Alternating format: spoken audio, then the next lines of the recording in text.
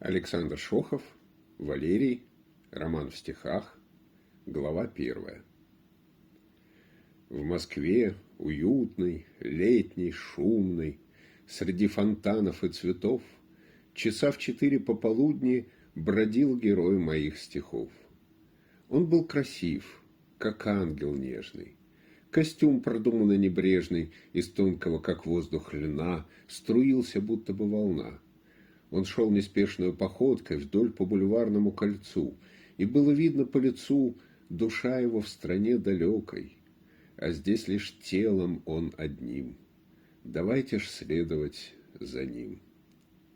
Знакомьтесь, мой герой Валерий, его фамилия Петров. Не раз мы с ним вдвоем сидели в тени измайловских дубов. Он мне стихи читал, бывало, а сочинил он их немало. Я был сражен и покорен, а он был ярок, вдохновлен, и локоны его взлетали, и жесты, полные огня, глубоко трогали меня. Теперь он стал другим, едва ли служителем он будет муз. Недолго длился их союз.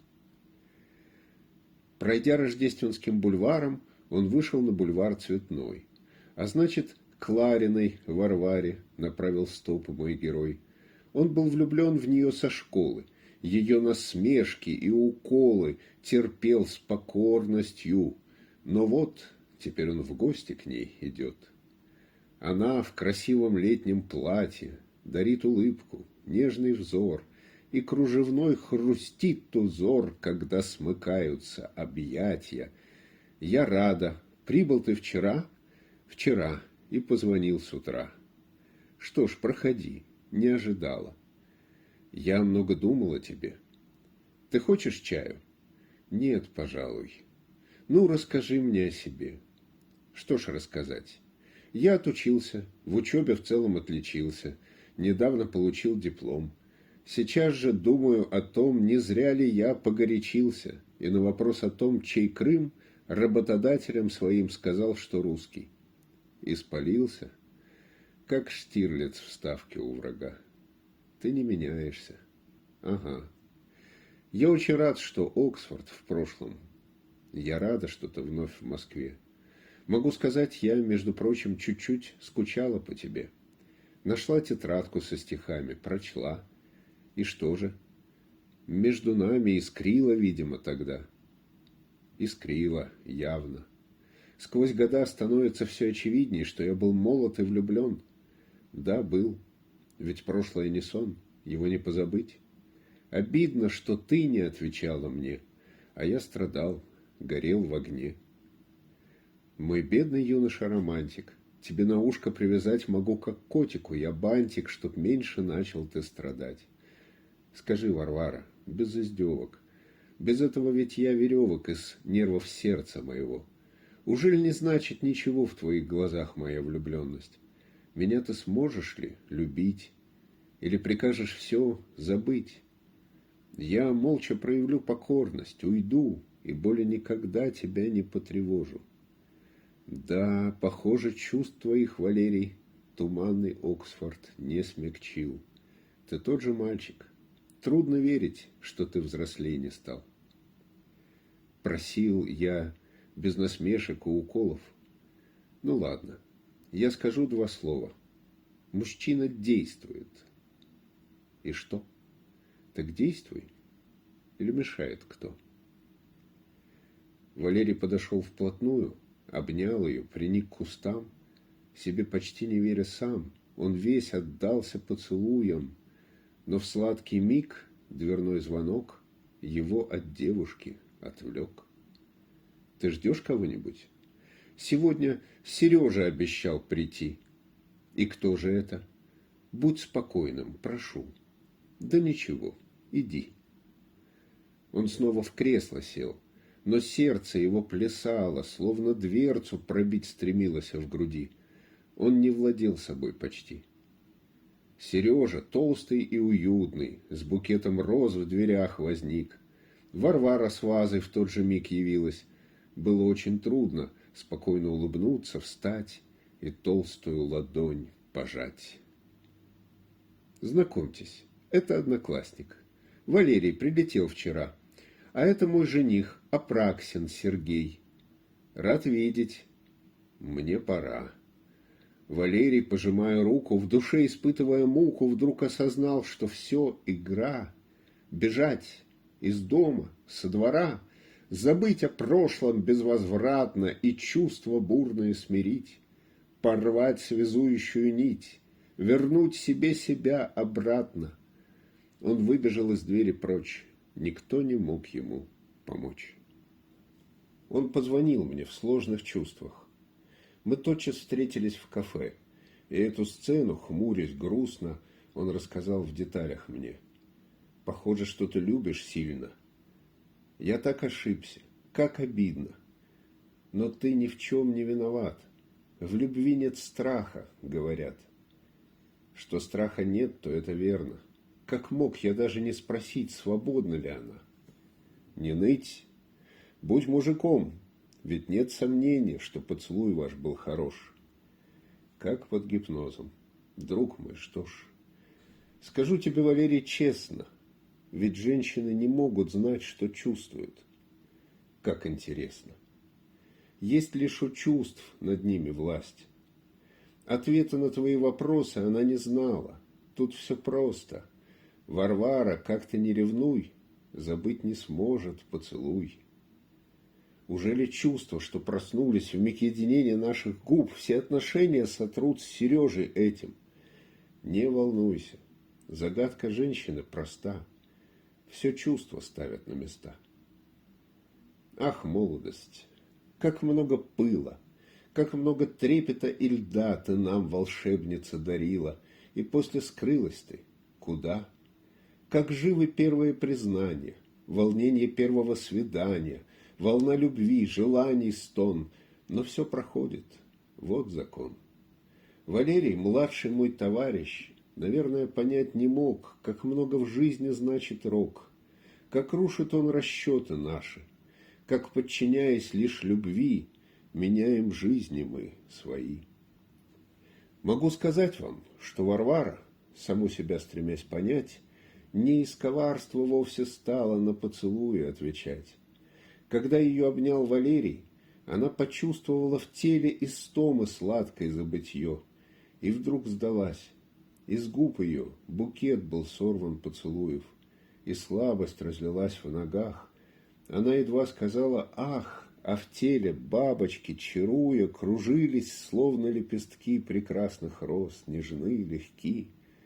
Она не мыслила коварства, она лишь чувствам отдалась. Все вышло, как в дешевом фарсе, но не намеренно. Сейчас, когда с Апраксиным Сергеем пила на кухне чай с шалфеем, она, задумавшись на миг, вдруг вспомнила, как к ней приник Валерий в страстном поцелуе. Вот наваждение. Ведь жених сидит с ней рядом, и у них серьезно все. Ее он любит, и в сентябре назначен день для свадьбы, а на сердце тень. Москва, как ты прекрасна летом! Идя вдоль чистого пруда, Валерий любовался небом, и доносились иногда к его ушам обрывки речи. «Ах, дорогой, укрой мне плечи! В театре будет вновь аншлаг! Кольцо ей подарил, вот так!» Когда идешь в толпе нарядной и слышишь гул различных слов, то хитрый разум наш таков, что текст, порой довольно складный, из них он собирает вдруг, и город говорит, как друг. «Я приглашу ее в театр», — решил Валерий, — «вместе с ним. Пускай приходят на спектакль, втроем в театре посидим». Он думал, что, наверное, сможет не допустить брезгливой дрожи, когда толстяк-жених при нем к ней прикоснется. Словом, он себя все убедить пытался, что, приглашая их вдвоем, он лишь пытается во всем спокойно, честно разобраться. Но в сердце грезила любовь, чтобы Варвару видеть вновь. Он позвонил ей. «Да, Варвара, прости, что быстро я ушел.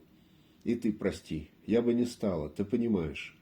Я нашел одно себе лишь оправдание. Я шел как будто на свидание и не спросил, свободна ли ты. Я понимаю. Есть черты в моем характере, которым я сам не рад. Я эгоист, капризен, резок. Не казнись. Давай перелистнем укоры и извинений глупый вздор. Начнем сначала разговор. Да, это мудро. Приглашаю тебя с Сергеем завтра в 7 в театр. Сможете? Не знаю. Но вы подумайте. Зачем ты это делаешь, Валерий? Без задних мыслей, уж поверь мне. Хочу увидеть вас вдвоем. Мы чудно время проведем. Я позвоню тебе попозже, она сказала. Очень жду. И отчего я весь дрожу, подумал он. И правда, дрожью его отозвалась рука, лаская полы пиджака. Отец Валерия, Василий, авторитетен и богат. Владелец холдинга «Россила», землевладелец, меценат. Имел в Большом театре ложу, и сыну тоже было можно водить в нее своих друзей. И он бывал с Варварой в ней. Вот вновь звонок. Алло, Варвара? Сережа завтра не в Москве. Я предложу своей сестре. Быть может, мне составят пару. Не возражаешь? Вовсе нет. Я позвоню, скажу ответ. Валерий ждал звонка весь вечер. Смотрел в молчащий телефон и думал, как бесчеловечно томить меня. Но все же он так рад был, когда в 10:30 звонок раздался. Словно птица затрепетало сердце в нем. Она сказала: «Мы придем». 2 слова, только лишь 2 слова. Он повторял их вновь и вновь. Влюбленность это или любовь, кто разберется?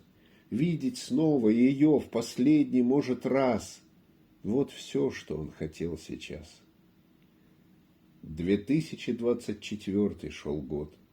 Российский наш орел, на мир смотрящий взором твердым, вновь силу крыльев приобрел. Одна голова глядит на запад и нюхает смердящий запах, другая смотрит на восток, с надеждой выжидая срок, когда Евразией единой история заговорит, народов волю оживит, и станет Русь непобедимой, и всей истории река изменит русло на века. Валерий, пробудившись утром, поехал в свой военкомат. Дождавшись очереди, хмуро спросил, как получить назад свой приписной и на учете восстановиться. Злая тетя сказала: «В первый кабинет, на все вопросы там ответ». Сидящий в первом кабинете седой пузатый военком взглянул Валерию в диплом, спросил: «Ты в университете чему учился? Не связист?» «Нет, я лишь дата-сайентист». «Чего-чего?» «На программиста я там учился. Получил квалификацию юриста и вновь в России жить решил». «В магистратуру поступаешь?» «Как повезет». «Ну, ты, товарищ, подумай. Хочешь, хоть сейчас мы призовем тебя. У нас призыв почти что завершился. Но осень-то недалеко. Прослужишь год всего, легко. Вернешься, женишься, учиться пойдешь в магистратуру. И дороги в жизни все твои». Валерий вышел за ворота и позвонил отцу. «Привет». «Привет, сынок. Ну что с учетом?» «Встал на учет, проблем тут нет». «Ну, молодец. Мне тут сказали, что в армию меня бы взяли хоть завтра. Может, лучше все ж в магистратуру ты пойдешь? Мы ведь послали документы». «Наверное, ты, папа, прав. В МГИМО или учить устав? Где будут лучшие моменты?» «В театр сегодня с кем пойдешь?» «С Варварой. Я заеду тоже». На Театральной у фонтана толпится весело народ. Бриллиантами сверкают дамы. Показ последних летних мод. Автомобили, подъезжая и в стеклах солнце отражая, все прибавляют новых лиц. Толпа разряженных девиц щебечет, слышен смех веселый, духов пьянящий аромат, соблазнов и красот парад. Валерий ждет. Уж 6:30. Его желания просты. Когда ж приедут 2 сестры? Минуты шли. Он волновался. И вот явились, наконец, 2 девушки в красивых платьях, обеих можно под венец. Марию помнил он подростком, нескладным фриком-переростком, теперь ей 18 лет, и юности манящий свет весь ее облик излучает. Стройна, гибка, как ивы ветвь. Мария, сколько зим и лет! Варвара, рад необычайно, что вы приехали вдвоем. Прошу, к вип-входу подойдем. Их проводили прямо в ложу. Весь театральный зал сиял.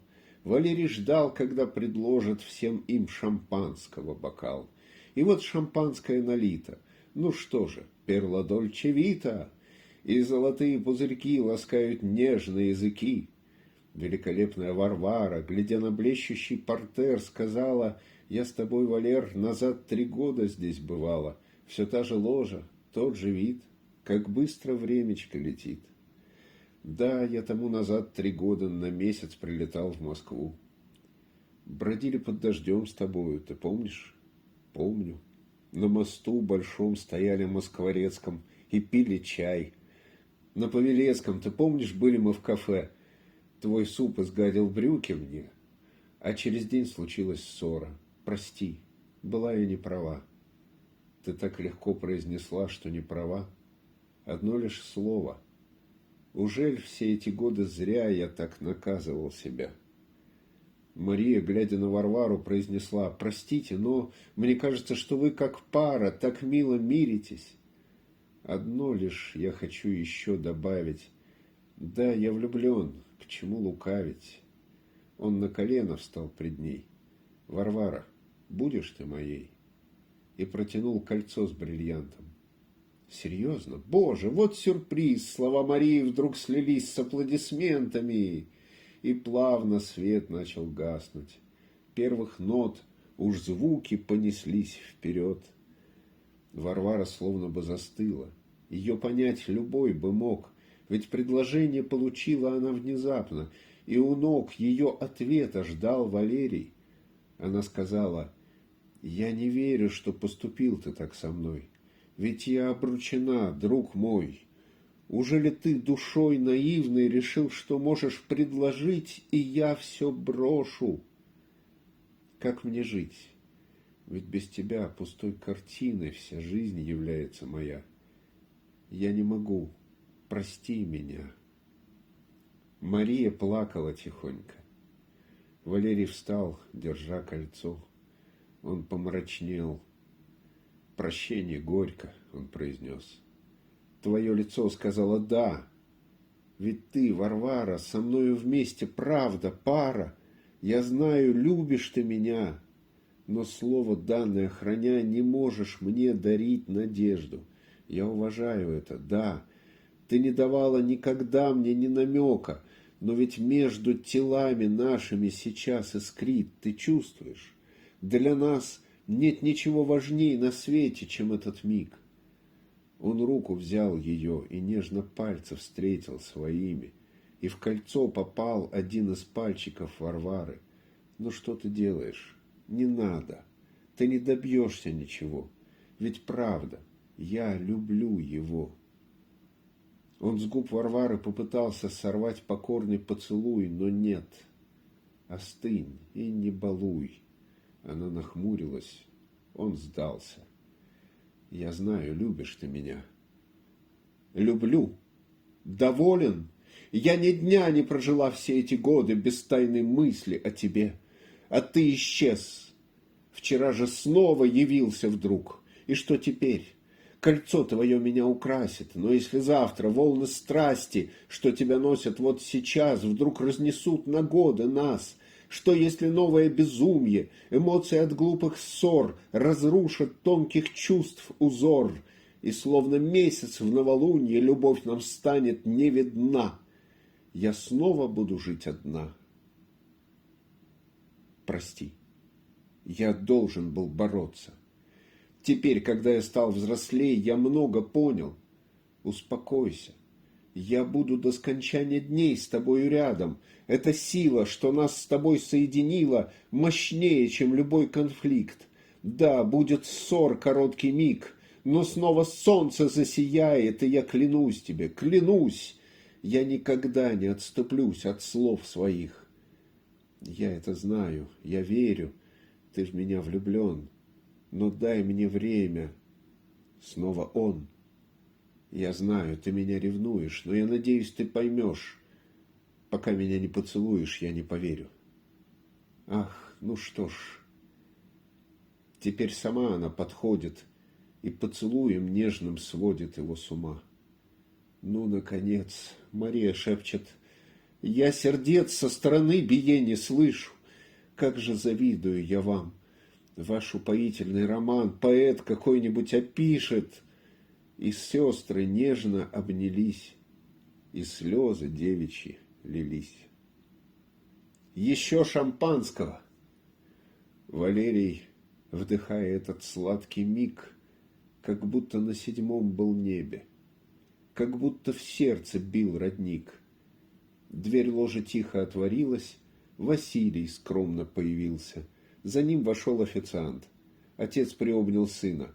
«Рад тебя видеть столь счастливым», — Василий молвил. «Ну а вы, красотки две, как вы милы! Мария и Варвара, диво! Шампанского! За вас, друзья! Пусть годы радуют, летя!» Они пригубили бокалы. В театре начался антракт.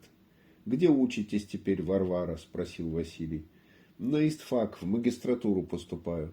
А вы, Мария?» «Ожидаю свою фамилию найти среди поступивших в МИТ. Вас ждут студенческие годы, прекрасной юности полет. И каждый для себя найдет путь в жизнь для счастья и свободы, а мы, старея и борясь, лишь смотрим с радостью на вас». «Отец, тебе сказать я должен. Варваре предложение я сегодня сделал». «Да, и что же?» «Она подумает». «Тебя я поздравляю, сын любимый. Ты сделал шаг, ты стал мужчиной. А ты, Варвара, будь мудра, все взвесь. Но если вдруг с утра ты согласишься, буду очень я счастлив, горд и рад за вас. Мне интересно, что сейчас про вас решит Иван Петрович. Ты передай ему привет и расскажи про мой ответ». Иван Петрович был известен в высоком избранном кругу. Влиятелен, умен и честен. Василий знал, что лишь ему решать, кто женихом Варвары и мужем станет. Выбор пары во многом был определен тем, с кем и как переплетен был бизнес-интерес Ивана. И хоть он дочек и любил, но вряд ли он бы отпустил на волю чувств, движение планов, что в голове его, роясь, людей выстраивали связь. Задумавшись, сидел Василий, вертя в руке пустой бокал. Девицы в уголке притихли. Валерий тоже замолчал. А сзади в ложу заходили 3 человека. Их мундиры блистали золотом в огнях. Петров Василий, дрожь в руках. Вы арестованы, и руки уже в наручниках его. Не понимая ничего, он смотрит в лица, слышит звуки аплодисментов, и в глазах отца Валерий видит страх. «Я разберусь», — сказал Василий, взглянув на сына из дверей. «Молчать!» И грубо конвоиры его уволокли скорей. Антракт закончен, и на сцене спектакль продолжился. Валерий сидел на месте сам не свой. Валера нежной рукой его Варвара обнимала, но он безмолвен, мрачен был. Куда его девался пыл? Казалось, что еще недавно он жил, но вот сейчас умрет. А мертвых разве кто поймет? Но, наконец, он возвратился из мрачной ясной глубины. «Прости, Варвара», — отключился. «Где папа?» «Ах, я вспомнил». И Валерий зарыдал внезапно. Ему вдруг стало все понятно. Отец, опора и запор, теперь в тюрьме. И с этих пор уже не будет все, как прежде. Разрушен жизни ясный путь, и боль в груди, и не вздохнуть, и нет ни веры, ни надежды. Варвара, как теперь мне жить? Не плачь, мы сможем все решить. Они ушли до окончания. Искусство не могло увлечь их потрясенное сознание. Избивчива была их речь. Смешались в ней и обещания, и уверения, и признания, и слезы горькие лились о тех мечтах, что не сбылись. Он проводил сестер к машине и маме позвонил. «Привет, ты слышала?» «Наверное, нет. О чем?» «В театре без причины арестовали папу. Ты уверен в этом?» «Я там был».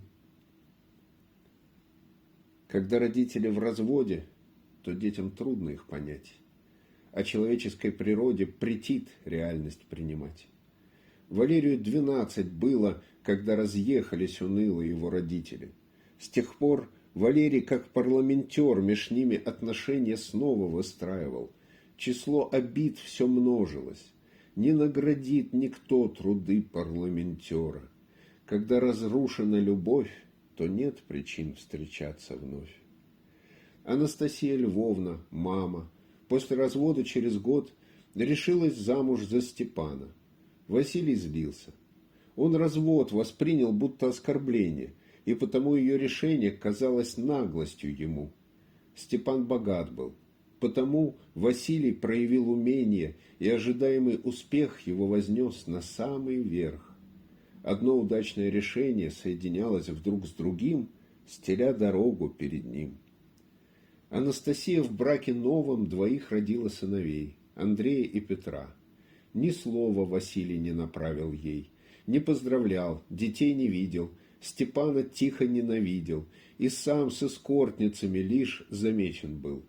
Когда летишь ты к звездам, то семья мешает, висит как гири на ногах.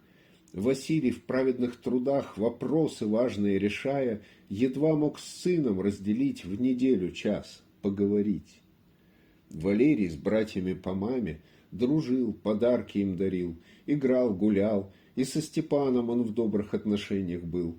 Живя с отцом на Чистопрудном, ему совсем было нетрудно прийти в квартиру на Тверской, где мама с новой семьей жила в довольстве и достатке, и где росли Андрей и Петр.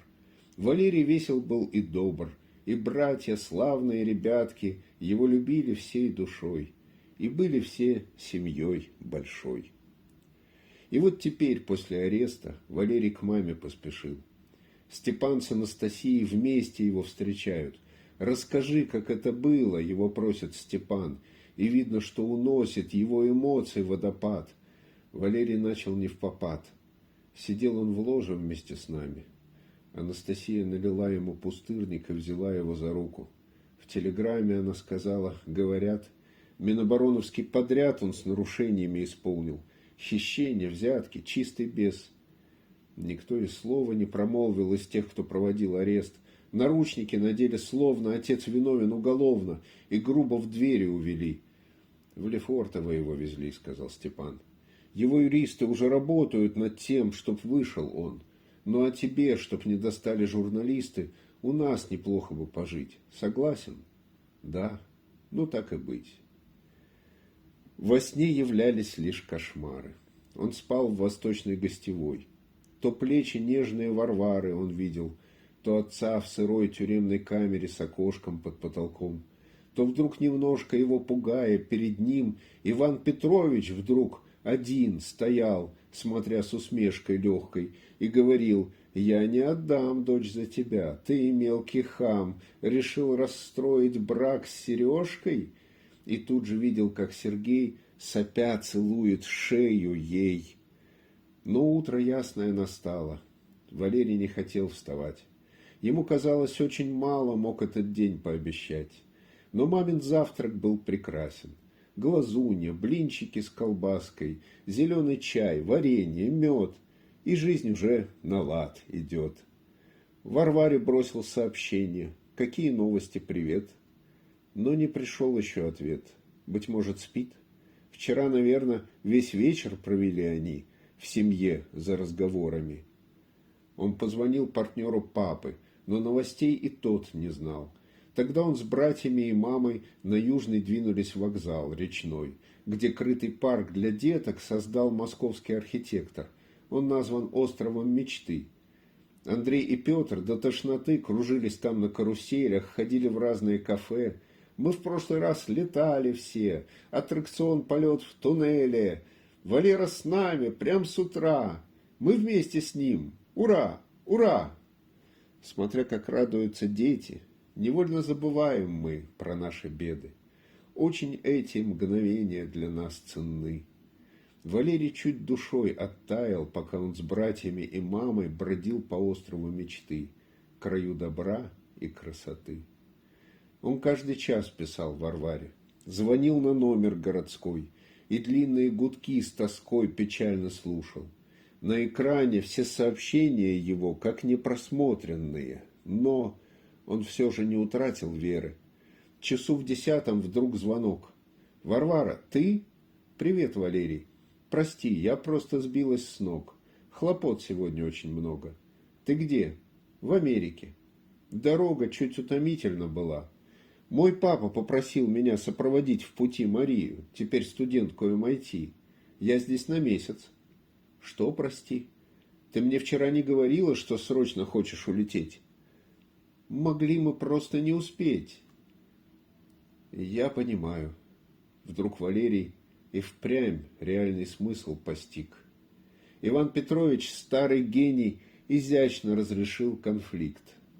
Убрав Варвару из России, он смог почти что без усилий помолвку дочки сохранить и неприятность отдалить, что может вдруг возникнуть резко, когда откроется, что связь с семьей Петровых завелась в его семье. Ну а с арестом та связь токсичной стала вдруг, хотя Василий был и друг. «Я папе отказать не в силах», — Варвара нежным голоском звучала в сотовом эфире, но сердце сжалось. Он с трудом нажал на кнопку. Все напрасно. Он потерял ее. Так ясно он видел, что она с другим теперь счастливее, чем с ним. Быть может, папу оправдают, тогда он сможет вновь прийти к Варваре в гости и найти какой-то отклик. Но кто знает, что сердце женское велит ей делать. Бог ее хранит. Не только милая Варвара. Широкий круг его друзей, все удалились. Пусто стало в Москве Валерию теперь. Сидел в Лефортово Василий, допросы каждый день бесили, и документов пыльный груз на узника десятком уз навешивался ежедневно. Валерий приезжал к нему, и все свидание, 5 минут, Василий речь самозабвенно толкал о том, что выйдет он, и что не нарушал закон. В МГИМО Валерия не взяли, хотя по баллам он прошел. И он решил, долой печали. И вновь в военкомат пришел. Зайдя к тому же военкому, он рассказал немногословно всю ситуацию свою. И тот сказал, тебя возьму.